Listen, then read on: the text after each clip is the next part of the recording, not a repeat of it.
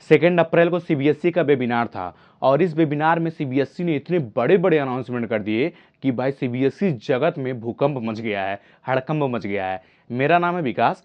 अब हम शुरू करने वाले हैं आखिर क्या इंपॉर्टेंट अपडेट्स आए हुए हैं स्पेशली क्लास 9 के लिए। दिमाग एकदम भन्ना गया, आखिर क्या करने वाले हैं हम लोग। तो देखो क्लास 9 के सिलेबस में क्या क्या चेंजेज हुआ है, क्या क्या चेंज किया गया है 2 अप्रैल के वेबिनार के बिहाफ पे, तो पॉइंट सारा मेंशन किए हैं। तो सबसे पहले 3 लैंग्वेज को ऐड ऑन किया गया है। 3 लैंग्वेज वाले बात में हम डिस्कस करेंगे। उसके बाद एडवांस मैथमेटिक्स, एडवांस साइंस क्या है, सबसे बड़ा माथापच्ची, सबसे बड़ा हेक्टिक पॉइंट यही बना के रखा हुआ है। सिलेबस चेंज, सिलेबस में क्या क्या चेंजेस हुए हैं। उसके बाद एनसीईआरटी बुक्स कब हमारे बीच में आ जाएगा, कब सीबीएसई के पोर्टल पे लागू हो जाएगा, ऑनलाइन और ऑफलाइन मीडियम पे। देखो अब लैंग्वेज की अगर हम बात करें तो हमारे पास बेसिकली पहले हिंदी और इंग्लिश मेजर लैंग्वेज हुआ करता था। इसके साथ साथ 42 और भी लैंग्वेज हुआ करते थे, लेकिन मैक्सिमम स्टूडेंट हिंदी और इंग्लिश को लेकर चलते थे। या तो हिंदी इंग्लिश लेकर चलते थे, या फिर इंग्लिश संस्कृत को लेकर चलते थे, या फिर हिंदी संस्कृत को लेकर चलते थे, ऐसे करके लेकर चलते थे। लेकिन अब सीबीएसई के टेबल नंबर 7 में इस बात को ऐड ऑन किया गया है कि अब एक नया लैंग्वेज जुड़ने वाला है। वह नया लैंग्वेज फॉरेन लैंग्वेज हो सकता है, जैसे German language, French language, Japanese language etcetera, ऐसे भी हो सकते हैं। यानी कि पहले हमारे पास केवल R1 और R2 हुआ करते थे। R1 का मतलब क्या, ऑफर्ड बाय सीबीएसई, जो सीबीएसई एक लैंग्वेज हमें ऑफर करती थी।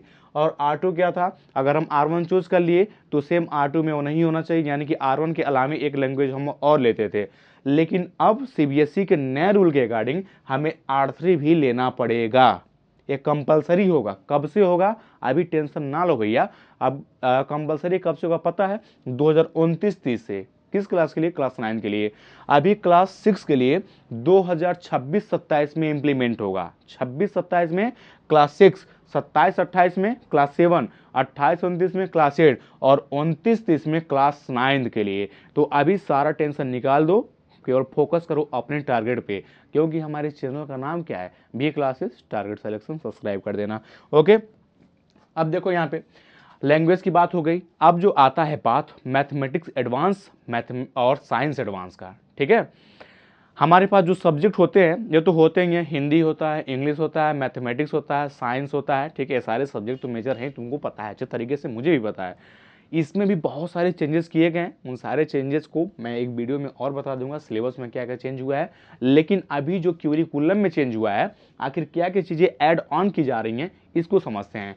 अभी तक यानी 2025-26 तक हमने क्या दिया, मैथमेटिक्स का पेपर दिया, साइंस का पेपर दिया, सिंपली जिसे हम प्लेन साइंस कह सकते हैं, जो हम साइंस दिया करते थे, जिसमें इंटरनल असेसमेंट में 20 नंबर का हुआ करता था। लेकिन अब से कुछ चेंज होने वाला है।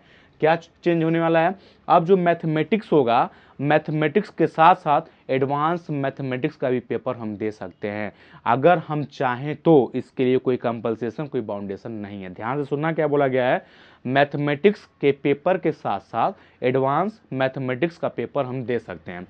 जो अब तक हम मैथमेटिक्स पढ़ते थे वह 80 मार्क्स का होता था और इसमें 20 असेसमेंट होता था, ठीक है। लेकिन जो मैथमेटिक्स एडवांस है यह केवल और केवल 25 मार्क्स का होगा। और इसमें एडवांस नाम रखने का रीजन क्या है, इसमें केवल हार्ड क्वेश्चन होंगे। जैसे कुछ बच्चों को मतलब अपना कॉन्फिडेंस बूस्ट करना होता है ना, एकदम चिल्ल मचा रहता है, एकदम कठिन कठिन क्वेश्चन लगाएंगे, हार्ड क्वेश्चन सॉल्व करेंगे, उन लोगों के लिए है, ठीक है। महावीरों के लिए, बाहुबलियों के लिए ये जो एडवांस मैथमेटिक्स है, इसमें 25 मार्क्स का होगा। और इस 25 मार्क्स को गेन करने के लिए आपको 1 घंटे का टाइम मिलेगा। 1 घंटे का पेपर है, ठीक है। एडवांस मैथमेटिक्स हो गया या फिर एडवांस साइंस हो गया, यानी मैथ का पेपर तो हम देंगे ही। इसके साथ साथ अगर हम अपने नॉलेज को बूस्ट करना चाहते हैं, अगर हम अपने चुल्ल को मिटाना चाहते हैं, तो हम मैथमेटिक्स एडवांस देंगे, जो कितने नंबर का होगा, 25 नंबर का।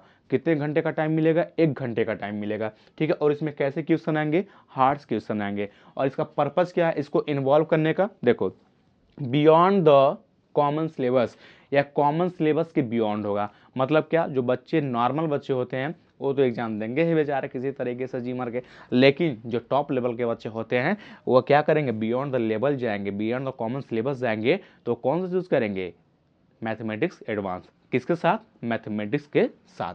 अब देखो, अब जो क्लास 9th है, ठीक है, क्लास 9th में इस चीज़ को इम्प्लीमेंट किया जाएगा 2026-27 से, इसी साल से भैया इम्प्लीमेंट होने वाला है।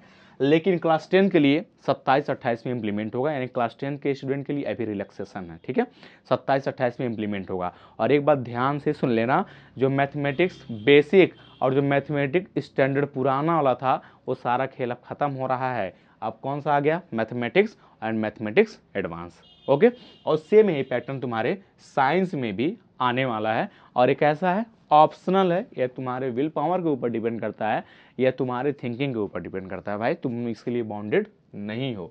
अब देखो यहाँ पे मैंने मेंशन कर दिया, लिख दिया है अच्छे से सुनहरे शब्दों में, कि जो एडवांस मैथमेटिक्स होगा इसमें तुमको 50% से ज़्यादा नंबर गेन करना होगा अगर तुम चाहते हो क्या? प्रो प्लेयर बनना। देखो यह पेपर है तुम्हारा 25 मार्क्स का, अगर तुम इसमें 50% से ज़्यादा नंबर पा जाते हो, 50% और मोर देन 50%, इसमें एक बात सिंपल नोट कर दिया गया है कि स्कूल का कोई रोल इसमें नहीं होगा, यानी कि इंटरनल असेसमेंट की बात इसमें पूरी तरीके से ख़त्म कर दी गई है। तो अगर तुम 50% या फिर उससे ज़्यादा नंबर पा जाते हो, यानी अप्रॉक्स 12.5 नंबर, 12.5 नंबर, तो तुम्हारे रिपोर्ट कार्ड पे हरियाली अक्षरों में, सुनहरे अक्षरों में नहीं, हरियाली अक्षरों में लिख कर आएगा, the advance level has been successfully cleared, यानी तुमने एडवांस लेवल को सक्सेसफुली क्लियर कर लिया है। सोचो कितना अच्छा लगेगा देख के तुमको अपना रिपोर्ट कार्ड, उस पर लिखा होगा कि तुमने एडवांस लेवल को क्लियर कर लिया। भाई अभी से आईआईटी वाली फीलिंग आने लगेगी।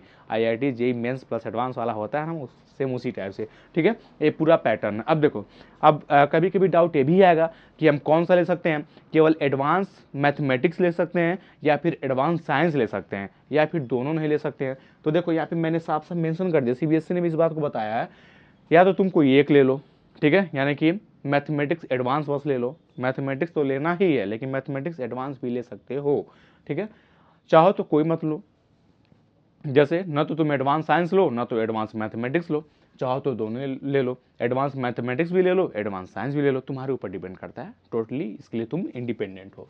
ओके भाइयों, तो ये रहा तुम्हारा एडवांस मैथमेटिक्स और एडवांस साइंस का बात। अब देखो यहाँ पे, अब एनसीईआरटी का जो बुक्स है, 2 अप्रैल को सीबीएसई ने वेबिनार कराया और उसमें उन्होंने अनाउंस किया था, यानी कि विद इन 15 डेज, ठीक है, विद इन 15 डेज, यानी 2 अप्रैल को अगर वेबिनार हुआ तो 15 दिन के अंदर अप्रॉक्स 17 अप्रैल और 18 अप्रैल को वह बुक पोर्टल पे अपने पोर्टल पे वो क्या कर देंगे, अपलोड कर देंगे, ठीक है। अब तुमको इसका जो फिजिकल फॉर्म होगा वो भी मिल जाएगा और फिर मार्केट में भी अवेलेबल हो जाएगा और ऑनलाइन फॉर्म में भी पोर्टल पे अवेलेबल होगा।